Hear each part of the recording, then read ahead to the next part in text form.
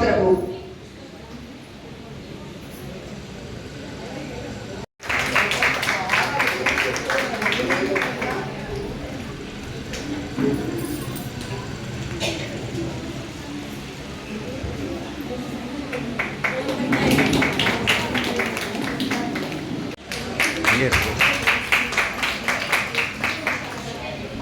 ನಮಸ್ಕಾರ.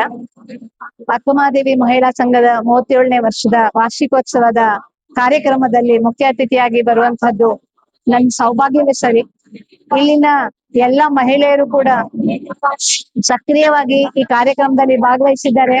ಅಧ್ಯಕ್ಷ ಆಗಿರುವಂತಹ ಕಲಾ ಚಂದ್ರಶೇಖರ್ ಅವರು, ಅವರ ಕಾರ್ಯದರ್ಶಿ ಆಗಿರುವಂತಹ ಮಂಜುಳಾ ಅವರು, ಇವರೆಲ್ಲರೂ ಕೂಡ ಬಹಳ ಉತ್ತಮ ರೀತಿಯಲ್ಲಿ ಈ ಒಂದು ಕಾರ್ಯಕ್ರಮವನ್ನ ನಡೆಸ್ಕೊಟ್ಟಿದ್ದಾರೆ. ಕಾಲಕ್ಕೆ ಅವಶ್ಯಕತೆ ಇರುವಂತೆ ಮಹಿಳೆಯರ ಜಾಗೃತಿ ತುಂಬಾ ಮಹತ್ವಪೂರ್ಣ ಇದೆ. ಯಾಕೆ ಅಂತಂದ್ರೆ ಹೆಣ್ಣು ಸಂಸಾರದ ಕಣ್ಣು. ಒಂದು ಹೆಣ್ಣು ಜಾಗೃತವಾದ್ರೆ ಇಡೀ ಕುಟುಂಬ ಜಾಗೃತ ಆಗತ್ತೆ. ಆ ಮನೆಯ ಯಾವುದೇ ಮಕ್ಕಳು ಕೂಡ ದಾರಿ ತಪ್ಪೋದಿಲ್ಲ. ಹೆಣ್ಮಕ್ಳು ಜಾಗೃತರಾಗಿದ್ದು ಇಡೀ ಸಮಾಜವನ್ನ ಮುನ್ನಡೆಸ್ಕೊಂಡು ಹೋಗಿರುವಂತ ಅನೇಕ ಉದಾಹರಣೆಗಳನ್ನ ನಾವು ನೋಡಿದ್ದೇವೆ. ಅಹಲ್ಯಾಬಾಯಿ ಹೋಳ್ಕರ್ ಅವರಂತವರು ಇಡೀ ಒಂದು ಸಾಮ್ರಾಜ್ಯವನ್ನ ನಡೆಸ್ಕೊಂಡು ಹೋದ್ರು. ಕಿತ್ತೂರು ರಾಣಿ ಚೆನ್ನಮ್ಮನವರು ಯಾವ ರೀತಿಯಲ್ಲಿ ದೇಶಕ್ಕಾಗಿ ತಮ್ಮ ಒಂದು ಕೊಡುಗೆಯನ್ನ ಕೊಟ್ರು, ಹಾಗೆ ಹಿಂದಿನ ಹೆಣ್ಮಕ್ಳು ಕೂಡ ಈ ಒಂದು ಸಂಘ ಭಾವದಿಂದ ಇದ್ದು ರಾಷ್ಟ್ರ ಧರ್ಮ ಕಾರ್ಯದಲ್ಲಿ ತಮ್ಮನ್ನ ತಾವು ತೊಡಗಿಸ್ಕೊಳ್ಬೇಕು, ತಮ್ಮ ಕುಟುಂಬವನ್ನ ಸಮಾಜವನ್ನ ಮುನ್ನಡೆಗೆ ಕರ್ಕೊಂಡು ಹೋಗ್ಬೇಕು ಅನ್ನುವಂತಹ ಒಂದು ಸಂದೇಶವನ್ನ ಈ ಸಮಯದಲ್ಲಿ ಕೊಡ್ಲಿಕ್ಕೆ ನಾನು ಇಷ್ಟಪಡ್ತೇನೆ. ಈ ಒಂದು ಮಹಿಳಾ ಸಂಘಕ್ಕೆ ನನ್ನ ಹೃತ್ಪೂರ್ವಕವಾದ ಅಭಿನಂದನೆಗಳನ್ನ ಸಲ್ಲಿಸಲಿಕ್ಕೆ ಈ ಸಂದರ್ಭದಲ್ಲಿ ಇಷ್ಟಪಡ್ತೇನೆ. ನಮಸ್ಕಾರ. ಸೌ ಶಾರದಾ ಯೋಗೀಶ್, ಬೆಂಗಳೂರು. ನಾನು ಭೌತಶಾಸ್ತ್ರ ವಿಭಾಗದ ಮುಖ್ಯಸ್ಥರಾಗಿ Nagarjuna college of engineering and ಟೆಕ್ನಾಲಜಿಯಲ್ಲಿ ಕೆಲಸ ಮಾಡ್ತಾ ಇದ್ದೇನೆ. ಹಾಗೂ ಸನಾತನ ಸಂಸ್ಥೆಯ ಒಂದು ಮಾರ್ಗದರ್ಶನದಲ್ಲಿ ಅಧ್ಯಾತ್ಮ ಪ್ರಸಾರದ ಕಾರ್ಯವನ್ನು ಕೂಡ ಮಾಡ್ತಾ ಇದ್ದೇನೆ. 37 ವರ್ಷ ಆಚರಣೆ ಮಾಡೋದು ಬಹಳ ಸುಲಭ ಅಲ್ಲ, ಅದು ಬಹಳ ಕಷ್ಟ ಇದೆ. ಸಂಘಗಳನ್ನು ನಡೆಸೋದೇ ಕಷ್ಟ. ಅಂಥದ್ರಲ್ಲಿ ನಮ್ಮ ಮಹಿಳಾ ಅಧ್ಯಕ್ಷರು ಸುಮಾರು 25 ವರ್ಷಗಳ ಕಾಲ ಈ ಸಂಘನ ತುಂಬ ಯಶಸ್ವಿಯಾಗಿ ನಡೆಸಿರ್ತಾರೆ. ಅವರಿಗೆ ನಾನು ವೈಯಕ್ತಿಕವಾಗಿ ಧನ್ಯವಾದಗಳನ್ನು ಅರ್ಪಿಸ್ತಾ ಇದ್ದೇನೆ.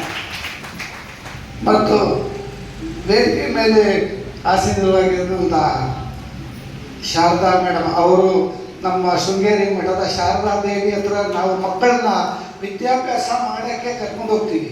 ಅಲ್ಲಿ ವಿದ್ಯಾಭ್ಯಾಸ ಮಾಡಿಸಿ ಬಂದರೆ ಬಹಳ ಒಳ್ಳೆಯದು. ಅಲ್ಲಿ ವಿದ್ಯಾಭ್ಯಾಸನ ಮಾಡಿಸ್ತೀವಿ ಫಸ್ಟ್ ಕರ್ಕೊಂಡೋಗಿ. ಆ ಶಾರದಾ ದೇವಿನೇ ಬಂದು ಇಲ್ಲಿ ಕೂತಿದ್ದಾರೆ ಅನ್ನೋ ಭಾವನೆ ನಮ್ಮಲ್ಲಿ ವ್ಯಕ್ತ ಆಗ್ತಾ ಇದೆ. ಅವರು ತುಂಬ ಸುಂದರವಾಗಿ ನಮ್ಮ ಸನಾತನ ಧರ್ಮ ಮತ್ತು ಧರ್ಮದ ಆಚರಣೆ, ಧರ್ಮ ಯಾವ ರೀತಿ ನಡ್ಕೊಳ್ಬೇಕು ಅಂತ ತುಂಬ ಸಂಕ್ಷಿಪ್ತವಾಗಿ ಎಲ್ಲರಿಗೂ ತಿಳಿಸ್ಕೊಟ್ಟಿದ್ದಾರೆ. ಅವರು ತಿಳಿಸ್ಕೊಟ್ಟಿರೋವಾಗೆ ಅವರು ಮಾತಾಡಬೇಕಾದ್ರೆ ಒಂದು ಅರ್ಧ ಗಂಟೆ ಮಾತಾಡಿದ್ರು. ತುಂಬ ಪಿನ್ ಡ್ರಾಪ್ ಸೈಲೆನ್ಸ್ ಅಂತ ಹೇಳ್ತೀವಿ ನಾವು. ಪಿನ್ ಡ್ರಾಪ್ ಸೈಲೆನ್ಸ್ ಅಂದರೆ ಒಂದು ಪಿನ್ ಕೆಳಗಡೆ ಬಿದ್ದರೂ ಸೌಂಡ್ ಕೇಳಿಸಲ್ಲ. ಆ ಥರ ಎಲ್ಲರೂ ಕುಂತು ಒಂದು ಅವ್ರು ಹೇಳೋ ಮಾತುಗಳನ್ನು, ಅವ್ರು ಹೇಳಿದ ಧರ್ಮ ಯಾವ ಆಚರಣೆಯನ್ನು ನಾವು ಕೇಳಿಸ್ಕೊಂಡ್ವಿ ಅಂದರೆ ಅವ್ರ ಮಕ್ಕಳ ವಿದ್ಯಾಭ್ಯಾಸ ಮಾಡಿಸೋ ಸ್ಕೂಲಲ್ಲೂ ಇನ್ನೆಷ್ಟು ಚೆನ್ನಾಗಿ ಮಾಡ್ಬೋದು ಅಂತ ನಾವು ಯೋಚನೆ ಮಾಡಬೇಕಾಗ್ತದೆ. ಯಾಕಂದರೆ ಅವರು ಅಷ್ಟು ಪರಿಪೂರ್ಣವಾಗಿ ನಮಗೆ ಇಲ್ಲಿ ಧರ್ಮದ ಬಗ್ಗೆ, ಆಚರಣೆ ಬಗ್ಗೆ ತುಂಬ ಯಶಸ್ವಿಯಾಗಿ ತಿಳಿಸ್ಬಿಟ್ಟಿರ್ತಾರೆ. ನಾನು ಸುಮಾರು ನಮ್ಮ ASV ನಗರದ ಸಂಘದ ಅಧ್ಯಕ್ಷರಾದ ಮೇಲೆ 4 ವರ್ಷಗಳಿಂದ ನಮ್ಮ ಧರ್ಮದ ಬಗ್ಗೆ ಪ್ರಚಾರ ಮಾಡಿಸ್ಲಿಕ್ಕೆ ಈ ಥರದವರು ಬೇಕು. ಪ್ರತಿ ತಿಂಗಳು ಯಾರನ್ನ ಕರೆಯೋಣ, ಧರ್ಮದ ಬಗ್ಗೆ, ಆಚರಣೆ ಬಗ್ಗೆ ತಿಳಿಸೋಣ ಅಂತ ಸುಮಾರು ನಾವು ಅನ್ಕೋತಾ ಇದ್ವಿ. ಅದೇನು ಇವತ್ತು ನಮ್ಮ ಮಹಿಳಾ ಸಂಘದವರು ಅವರ ಸಹಕಾರದಿಂದ ಕೆಲಸ ಇವತ್ತು ಆಗಿದೆ ಅಂತ ನಾನು ಅಂದ್ಕೊಳ್ತಾ ಇದ್ದೀನಿ. ಮತ್ತು ನಮ್ಮ ಇಷ್ಟೀಗ ನಮಗೆ ಸ್ಥಳಾವಕಾಶ ಅಭಾವ ಇತ್ತು. ಈಗ ನಮ್ಮ ಎಲ್ಲ ಜನಾಂಗದ ಸಹಕಾರದಿಂದ ಒಂದು ಸುಸಜ್ಜಿತವಾದ ಒಂದು ಕಟ್ಟಡವನ್ನು ನಿರ್ಮಾಣ ಮಾಡ್ಕೊಂಡಿದ್ದೀವಿ.